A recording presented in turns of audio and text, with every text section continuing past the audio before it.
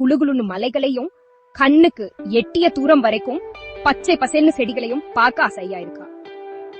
உங்களுக்கு டிராவல் பண்ணது பிடிக்கும், இயற்கையை ரசிப்பீங்கன்னா இத கேளுங்க.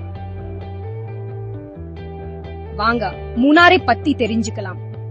காலையில எந்திரிச்சதும் மூடுபனி சூழ்ந்த மலைகளையும் கண்ணுக்கு எட்டிய தூரம் வரைக்கும் தேயிலை தோட்டங்களையும் பாக்குற மாதிரி கற்பனை பண்ணி பாருங்க. அதுதான் மூணார்.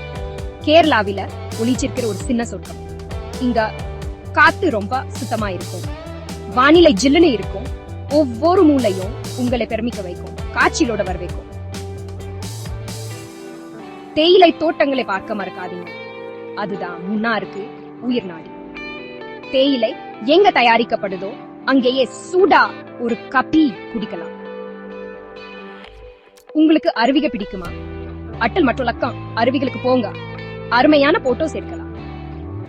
அப்புறம் நீங்க ஒரு வனவிலங்கு பிரியர்னா இரவிகுளம் தேசிய பூங்காவில யானைகளையும் அரிய வகை பறவைகளையும் பார்க்கலாம்.